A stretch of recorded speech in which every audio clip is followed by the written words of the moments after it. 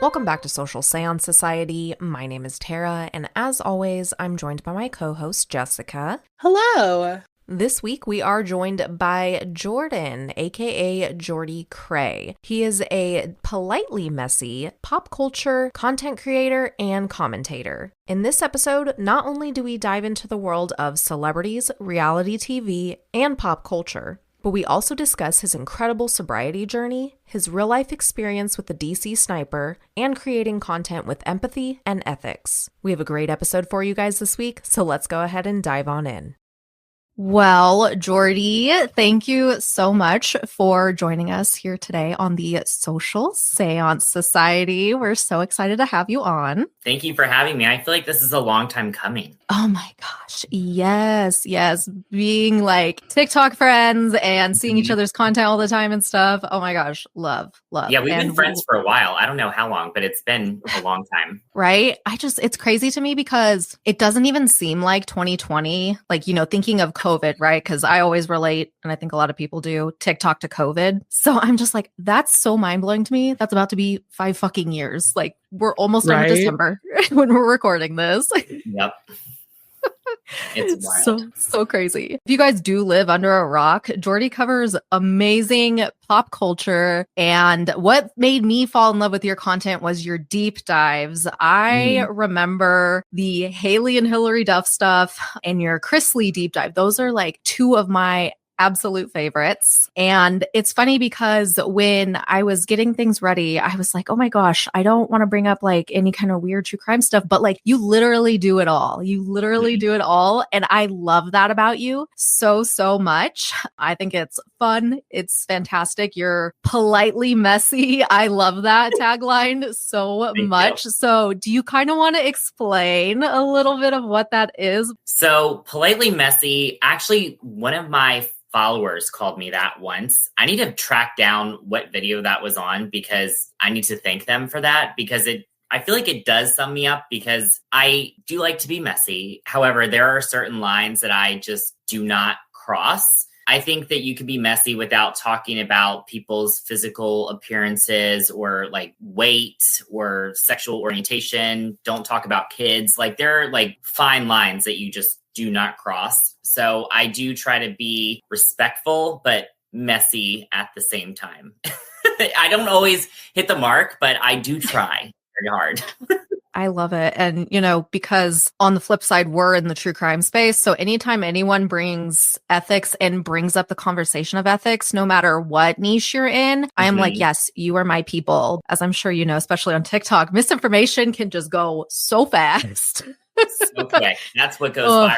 It is. And then it's funny when you get like those comments with those things and you're like, actually, no, that kind of thing. So I'm just like, oh my gosh. But besides the pop culture aspect, I have also really enjoyed that you do share your personal story and your journey in life. And I find there's a lot that I know I resonate with, a lot of people resonate with. Unfortunately, Jessica and I are also members of the Childhood Trauma Club, so we completely relate. I want to go into whatever you're comfortable with. So let's just kind of start with your background. Like, what kind of kid were you? How was things growing up? Things like that. So I was a weird kid. I'm the youngest of 3 kids. So I was always getting into something, always kind of like fighting for attention. And I do come from 2 addict parents. So although they stopped doing hard drugs by the time that I came along, there was still a lot of dysfunction in our house because when people stop doing drugs, you either get help and do what you need to do to become like a functioning member of society. My parents didn't do that part of it. So although we were privileged because we had a lottery win in my family when I was a year old, money wasn't an issue, but there was all of the dysfunction that still came along with it. But I really found my voice literally on stage. I was in theater. I was in the World Children's Choir. I've always been pretty nosy when it comes to being in other people's business. Yes. It's Oh my always gosh. been, a fascination of mine. I like to get to the bottom of things. And speaking of like the true crime realm, I don't know if I talk about it a little bit on my page, but I lived through the DC sniper. That was Yeah. literally my notes to ask you. Oh my God. Just wait till you hear about this. This is, oh my God, so scary. So scary. Yeah. I know. So I read ahead in the notes, and I was like, "Oh, don't make a face right now, Jessica. Don't make a face."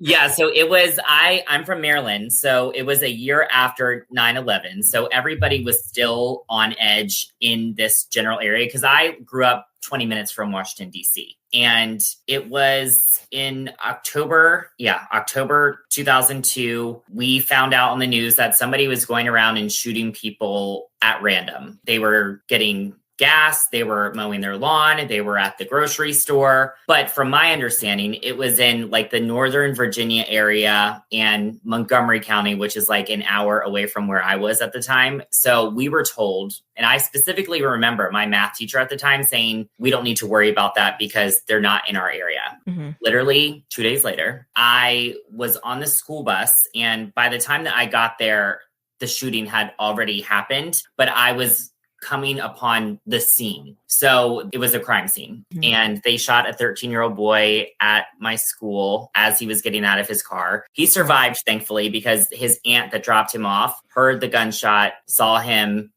drove him to a health center. But when we got to school, I do not know why they didn't keep us on the bus.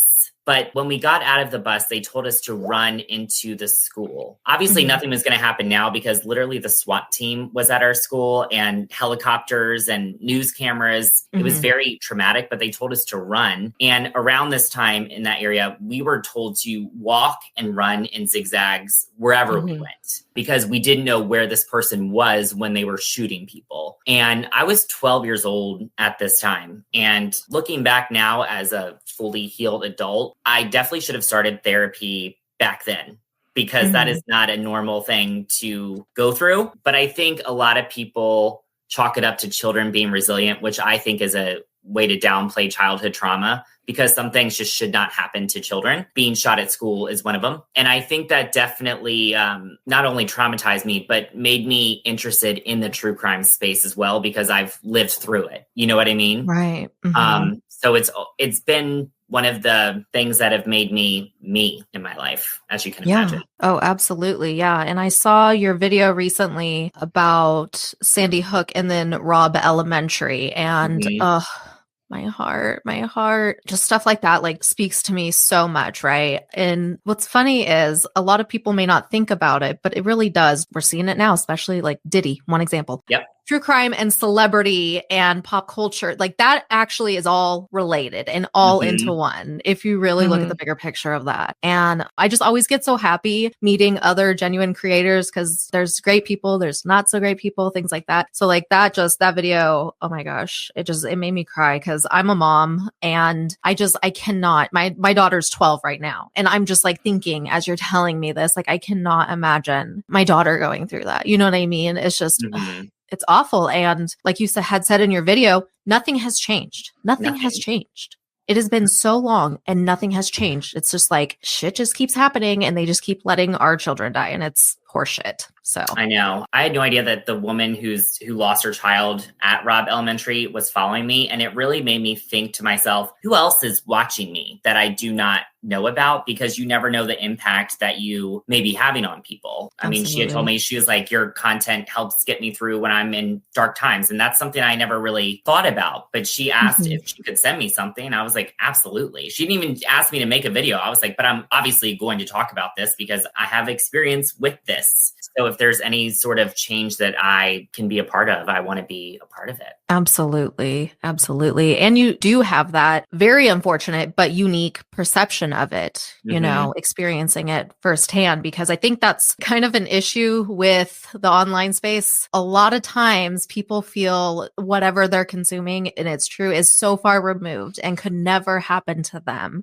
And Jessica and I, we're from rural Northern California, and our town is small. And the girl in the box, like this was a big case quite a while ago. Like, yes, stuff happens everywhere. You don't have to be in these major metropolitan areas, unfortunately. There's a lot of bad people out there. It's crazy to me. So also on the topic of true crime, I did see that the world is very small and you have essentially, I think you said like a 2-degree away from the CEO shooter that we covered on our other show. Can you kind of tell us about that? Yeah, so the CEO shooter, Luigi, is from Maryland, or alleged shooter. I don't want any problems. Oh, yes, alleged. Information purposes only. All alleged. But yeah, he's from Maryland, and he comes from a very wealthy family here that owns a bunch of country clubs. And I had brunch at a country club yesterday, and there was people there that knew his family, not him specifically, but know how well connected his family is with everything. And I also had dinner, me and my husband had dinner with another couple, and he knew their family as well. Like, Mangione is a big name in Maryland. So it just really made me think, like, somebody that grew up with that much privilege, that much opportunity, and that much promise, when they do something like that, it's shocking to not just the world, but especially this community in Maryland that it's happening to. Sure. You just never know what people are going through. And we're going to learn so much more about this. Obviously, we don't know all the details yet, but I am fascinated by everything. It's just, it makes no sense to me, but it makes sense to me at the same time. I'm very conflicted with all of it. Same. That's where we're at too. It's crazy because you hear about his surfing injury and then you hear about all of the stuff with his mom. And I think everybody can agree on, especially them being so privileged, being like, look, obviously this issue is affecting people no matter who the hell they are, right? Besides like billionaires and stuff, but like relatively speaking. So it's like in a like common sense world, you would think, let's take a look at what the fuck led to this. But unfortunately, that's not how a lot of the higher people work. So it's frustrating, but I know at least for me, that's kind of how like it got that thought, into my head. And I feel like it did with a lot of people too, because we see, especially like on TikTok, we obviously have the people that are like supportive and like going too far with stuff, but we have, the big bulk of us that's like, no one should murder somebody, but it's like, you can understand what led to that breaking point, Right. It's awful. Yeah. And it doesn't matter if they're wealthy or not. People still get screwed over by health insurance. It doesn't matter if you have money to pay for it or not. Like, wrong is wrong with health insurance.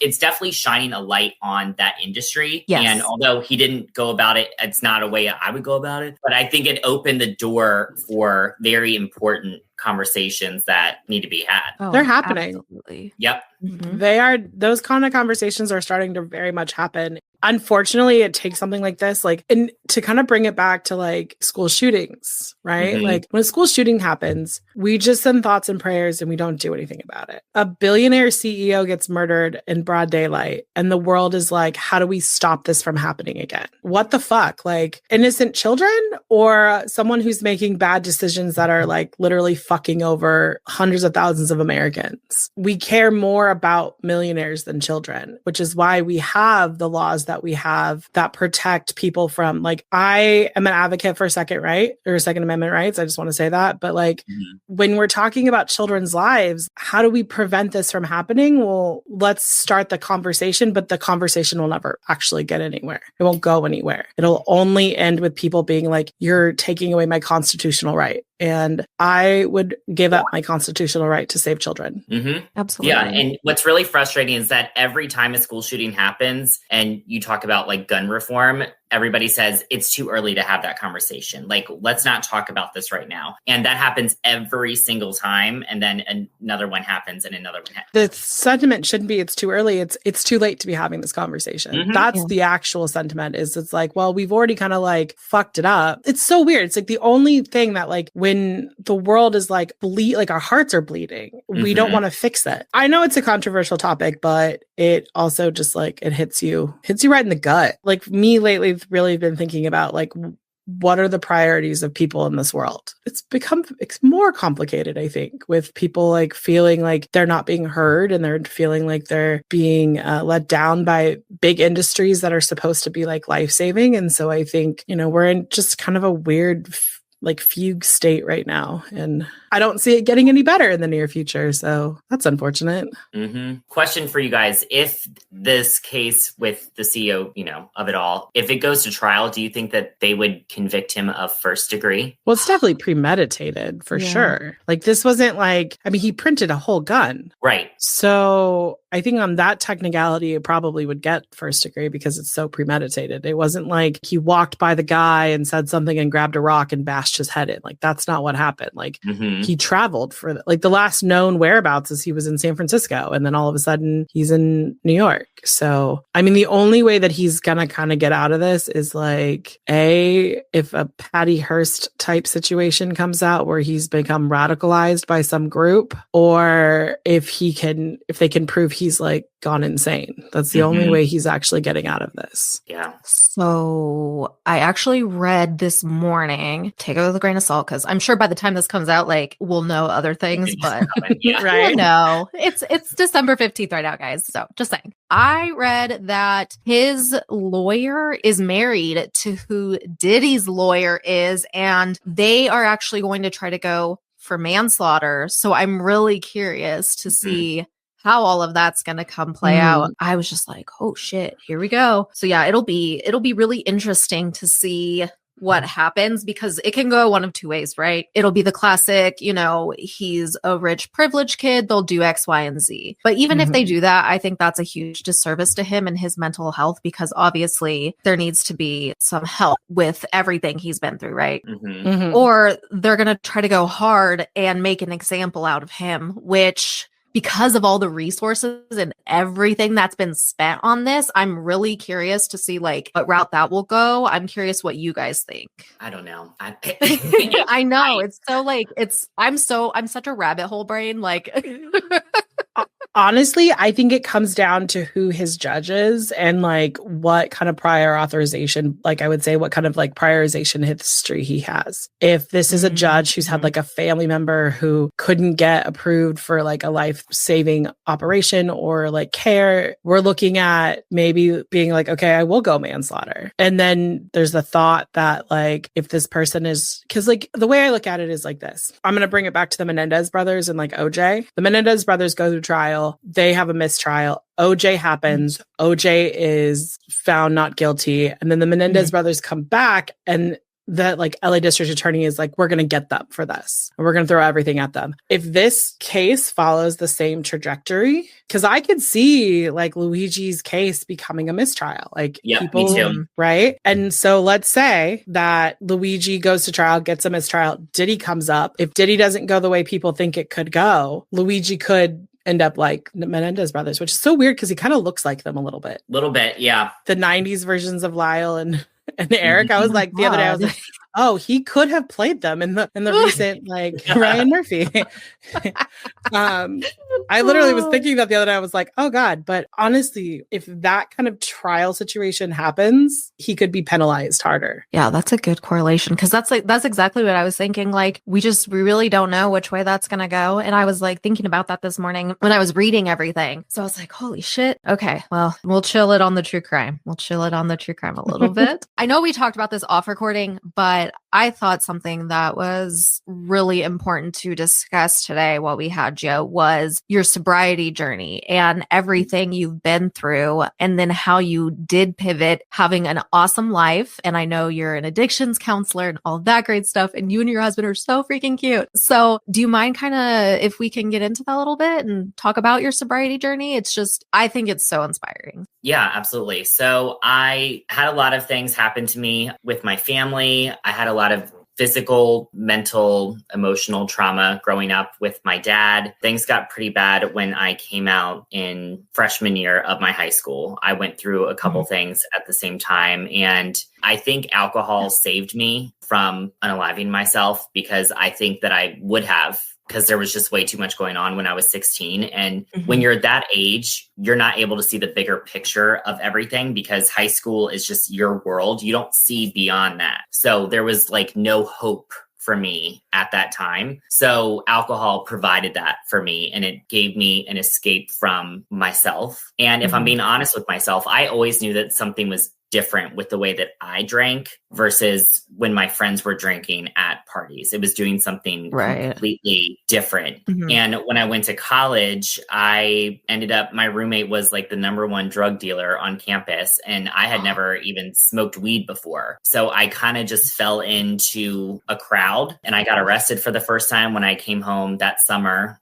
For possession of marijuana. And then sophomore year, my friends got a house, which I refer to as like the seventh gate of hell for me, because there was like a lot of things that happened in that house. It was a small town in West Virginia. So there was a lot of, I guess, townies, they would call them, people that are local to the area, a lot of drugs in that house. And I slowly became somebody that I didn't recognize. It was fun. And then it became fun with problems. And then it got to a point where it just wasn't fun anymore. But I blame the school for my issues. I was like, it's the state of West Virginia. It's everybody else. So I left the school, came home, took myself with me, and ended up getting into a relationship with a guy who drank just like I did. He left his girlfriend for me. I was like, I'm going to fix this man. He is, he is my prize. It became abusive. It was ugly on both ends. I'm not going to sit here and act like I didn't retaliate in certain ways, because I did. It was a very, very ugly relationship. I became a monster in that relationship.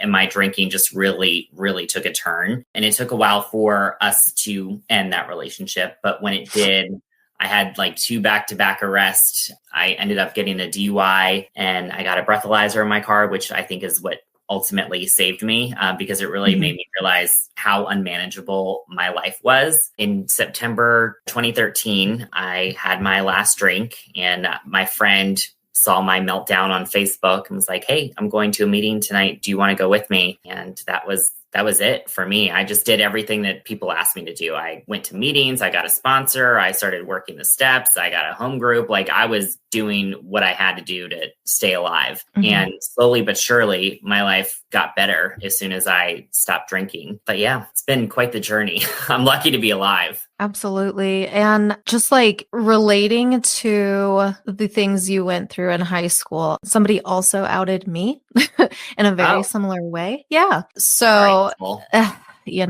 we're adults now. It's fine. It is what, I mean, it's not fine, but it is what it is. Right. And it's just that whole, living in a smaller community. I'm not sure about yours. Ours is very, still to this day, very, very conservative, very red. So, especially a time we grew up was very homophobic. And it's just seeing how, obviously we still have a shitstorm today, but seeing how kids are a lot more accepting than what we went through. Like, it just kind of heals my little gay heart very much. I actually am like a very late in life came out kind of person, but I was like thinking about that, and I'm just like, damn, it makes you wonder as an adult looking back too, like, what was this child seeing that made them think this was okay? Because I don't know about back then so much, but like now too, it's kind of like I have conversations with my own child. I know other people do too. Like, you don't disrespect people like that, and it's just like, it causes so much trauma and it leads to other horrible, horrible things. But I am curious too. Another kind of like theme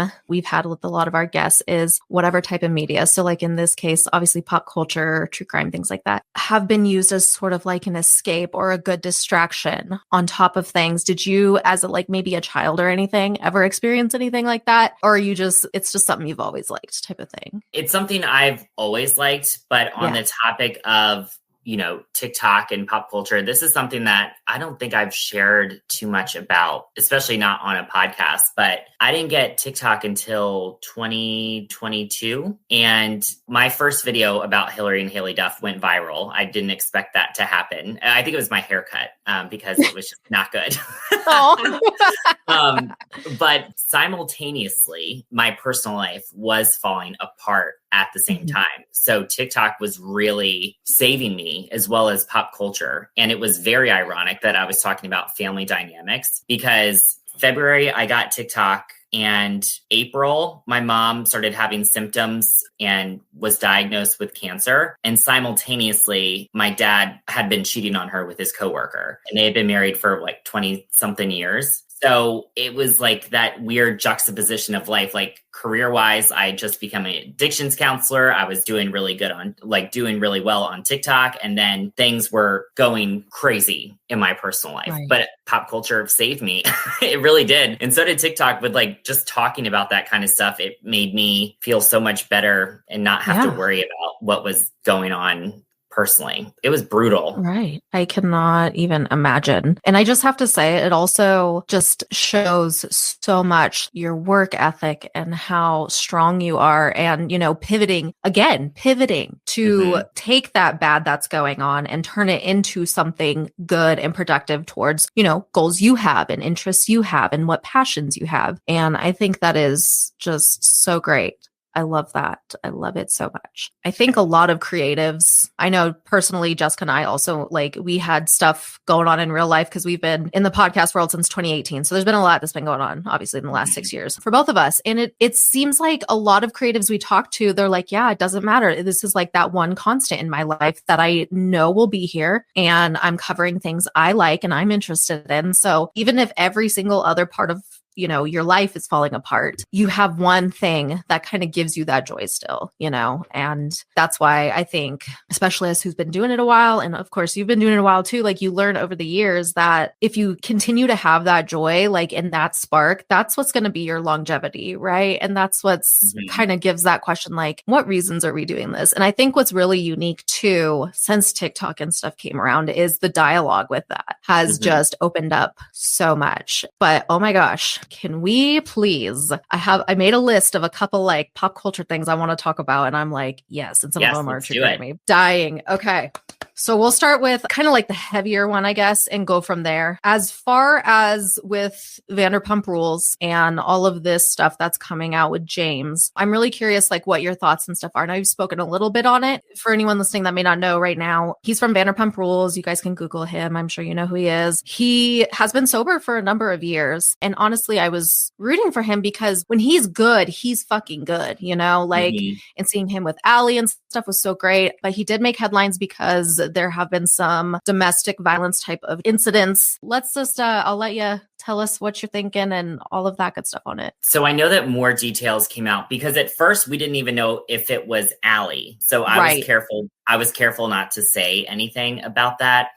I know that she released a statement saying that she's safe and everything. Yes. And did you see the police report where it stated that he picked her up and threw her down? Yes, I saw that, but I wasn't sure if they were still saying woman or if they said her, but that we have confirmation the victim was her, or are we not sure yet? I believe it was her, but let's just say allegedly. Thinking. Yeah, I guess. Right. Okay. I believe it was. But like you said, I was rooting for him because I'm coming from somebody that's a recovering alcoholic. I want to see people win. So it's unfortunately not that surprising that it happened. I just hate to see it happen. I hate that. That's the news I do not like reporting on because it just breaks my heart. Nobody likes talking about that kind of stuff, especially when it's people that we've been watching for 10 years and that we've seen them do a lot of work on themselves.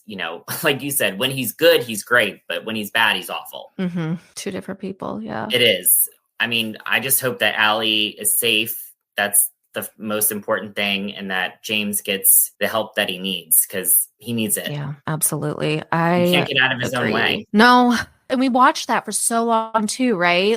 It's so heartbreaking and similar. I hope everything ends up okay, So awful. So another one I wrote down was about fucking Yolanda Saldivar. If you guys aren't familiar, check out our episode on the Selena Quintanilla case. She's Selena's murderer. I can't believe it's coming up because I feel like we've been waiting so fucking long. What are your thoughts about this possible release? She's safer in prison than she is on the street. Selena's fan base does not play around. Selena was one of my first loves because the movie came out when I was 7, I think. And I loved Selena growing up. And I can't imagine that she would get out. I just really can't, because it was so clear what her intentions were in murdering Selena. So she can say it was an accident all she wants, but we know that it wasn't.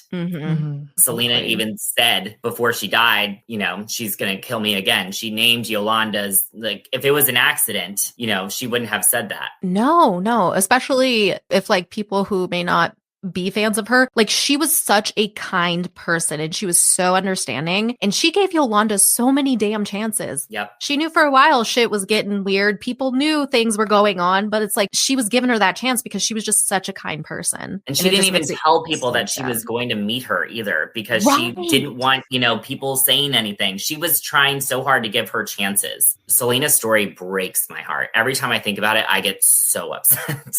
I know. I'm like, oh my god. I love her. Like, I do too. Oh my god. She should stay in prison. She's safer there. Fuck yeah, she should. And if she doesn't, then whatever happens, happens. Whatever.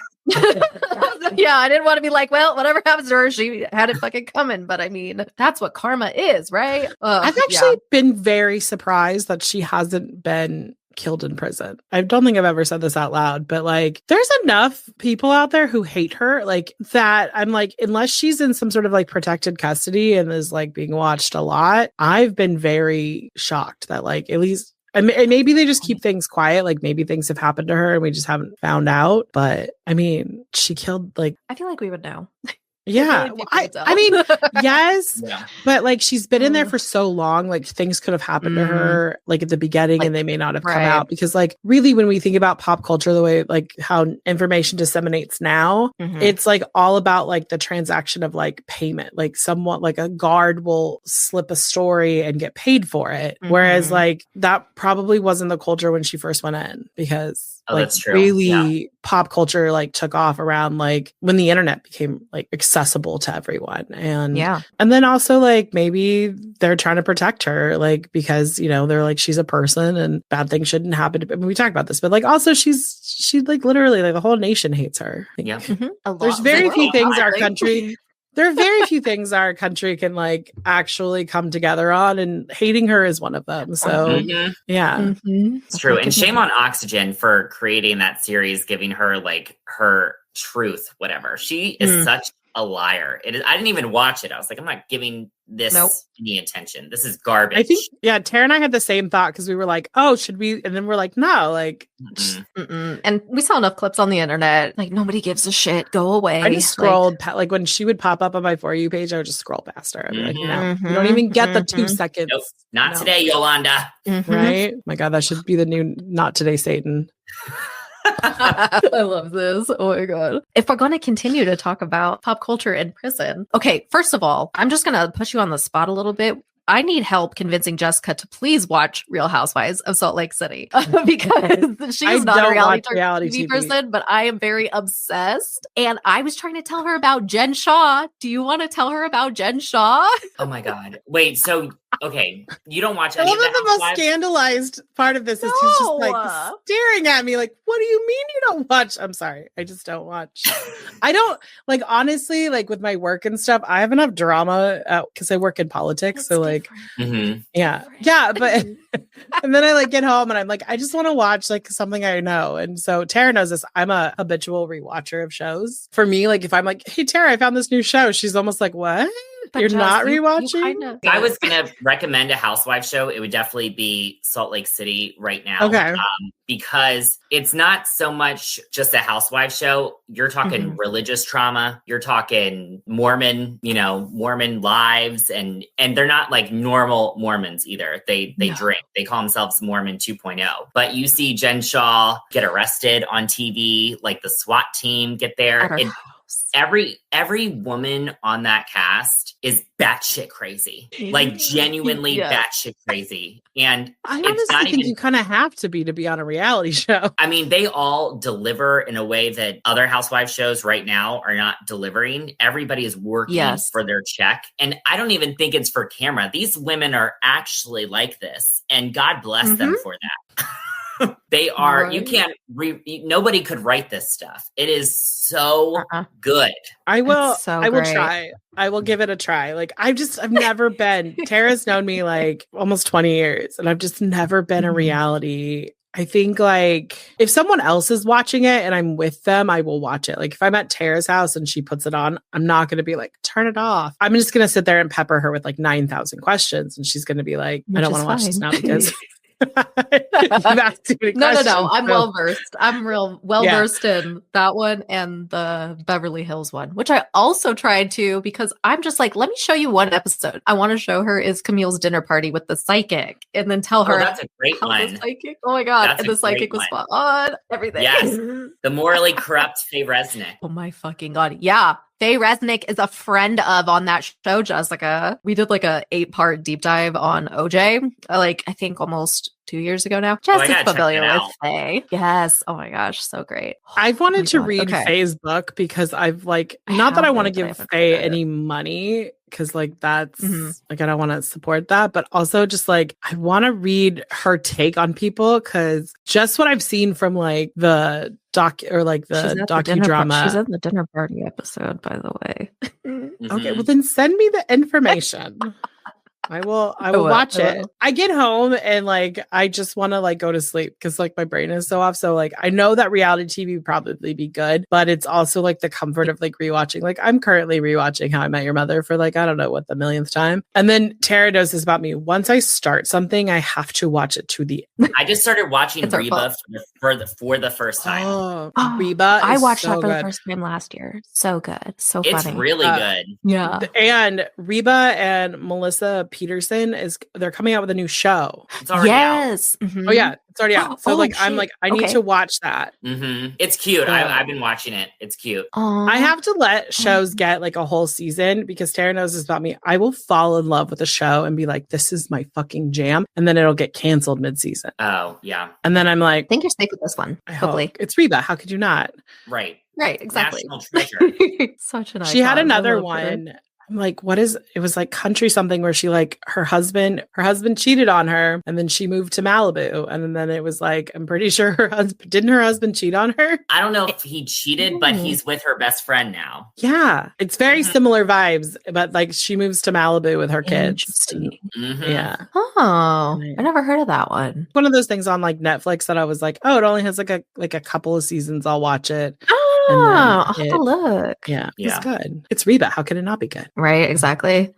Okay, last show to talk about, and another one I'm trying to get Jess to watch because, she was making those faces, by the way. Jessica's fun fact is she was also a part of a religious cult and grew up in it. So, see, even more reason for her to watch the Mormon-related stuff. She was Mormon, religious trauma. Don't you don't like to watch it because we have covered so many documentaries. I don't want to hear it. No, but you also know that it puts me in a weird fucking headspace every time we do because I'm like, I'm back into the world of like the religious cult. And it was actually like on our podcast that I realized that I had grown up in a religious cult. We had one of my friends on. We're talking about tarot cards of all things. And then we kind of like just started talking about other things. And then all of a sudden she's like, yeah, because we grew up in a religious cult. And like, I just stopped and was like, I grew up in a religious cult. What religion was it? I grew up in the Assemblies of God. So it's like now would be considered like Christian nationalism, like that kind of crazy. Wow. Religious trauma is real. It's crazy. It's so, and it's like one of those things sometimes you don't even realize you're like, oh my God, I've just been hoodwinked. So there's a lot of unpacking with that. And like therapy has been really great. And like my therapist is like, the great thing about religious trauma is you never have to go back to church if you don't want to. This isn't like, that's true. That's a good way to look at it. Yeah. She's like, this isn't like family trauma where like eventually family members might try to track you down and like talk to you. The difference with like religious trauma is you can be like, well, I'm done with church and I'm not going back to church. That's a good way to look at it. Yeah. I do like that. Jordy, do you have any predictions or hopes for season 2 of Secret Lives of Mormon Wives? Or what do you think is going to happen? Especially because we found out about the like new addition to the casting and thinking how it ended last season. If there's stuff you can't say, it's totally fine.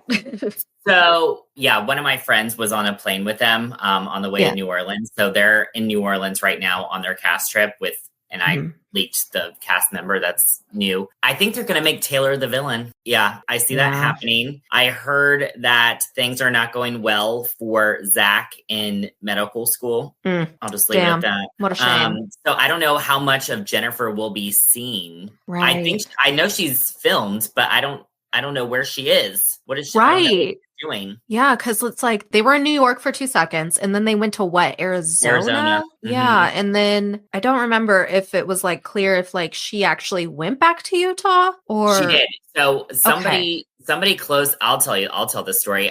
Somebody close to the situation said that a lot of shit went down at the Halloween party where the husband and Jennifer and I don't know if Zach was there, but Jennifer was. And all of the husbands dressed up like Chippendale dancers, which was a way to like, antagonize her from what happened season 1. And they did not like that at all. That caused big problems. Ooh. So I cannot wait to see that episode because I think that's hilarious. I hope it's the premiere. Yeah. I mean, that is messy. So yeah, I'm excited for it. I think it's going to be how many episodes did they say? It's just like 24 episodes or something. They said something. Yeah, crazy. They're like really going. I'm so excited because that was not enough in season 1. And then the whole like time jumping because, how spread out stuff was. And Whitney 20 million hair colors. I'm like, what? They had to have not had like continuous. I mean, her husband got a hair transplant in between the time. Like his hair was growing. I forgot. During the season, he was bald one episode and then had a full head of hair the next. I'm like, what is happening here? I know. We got like 20 different looks from them like throughout the however like few episodes we got.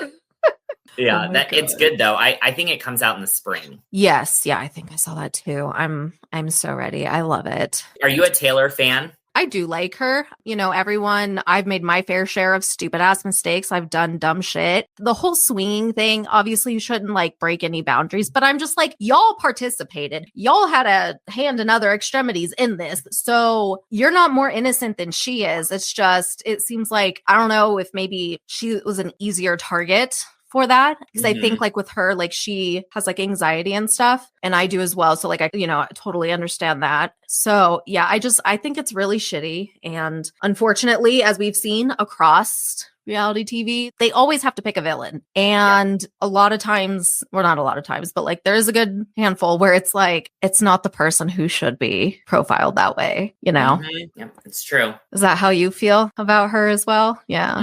Yep. I think that's exactly what's going to happen next season. Yeah. First season, it was Whitney. Now people are talking to her. So I guess Taylor's next. Is Whitney? Isn't that how the shows work? Isn't it like every season has a new villain? Like kind of. Yeah. Yeah. Sort of, yeah. What I understand of like the Real Housewives, they kind of like, they're like, oh, in this season, this person's bad. Actually, that format makes sense because if it was the same person that everyone hated every season, you would get really bored of it. That's happened before. The new villain. Yeah. You need the new villain to kind of like come in and like shake things up. And then from what I've seen of reality TV is like one of the ones I love is like when there's like an episode where people are like, they're the apology episodes, I want to call them, like where total bad shit has happened in the past. And now they're like sitting down and they're like talking about it. And they're like crying and they're like, I'm so sad. I'm like, those are great. I also sometimes think that like the drama that happens on reality TV, I'm like, is it really that bad? Like, why are we this angry at this person? Well, I think with Mormon wives, it's a little more unique because they're influencers, right? And just like, I'm sure you've seen her because Taylor's had like a million lives online. First, she was like pretending to be a lot older than she was. And she was like the grandma or the mom to like these like twins and then saying her house was haunted. And then it was this whole like swinging with the Mormon influencers and all that stuff. So I feel like it's really interesting. And it's also like kind of scary and makes me glad I like never dived into the world of like lifestyle influencing because I'm like, oh my God, I cannot imagine having this much bullshit, especially publicly all the time. I just don't even know how someone copes with that. It's crazy. Yeah, she's something else. but I love her. Yeah, right. Makes for great TV. That's like a lot of my relationships with like housewives and stuff. And I'm just like, holy shit, like you said, they're bad shit, but it's like, but they make great TV. And this is so entertaining. So it's just kind of separating those two, at least in my opinion. When I try to convince people to watch reality TV. Well, thank you so much for joining us today. I know we were all over the place, but it was so much fun. Yay. Loved having you. Just so everyone knows, where can they find you on social media? They can find me, Jordycray, on all platforms. Hopefully TikTok is not going away, but we'll see. I'm still going to be around no matter what. So I'll be Jordycray everywhere. Awesome. All right, guys. Well, thank you so much for tuning in, and we will see you back here next week.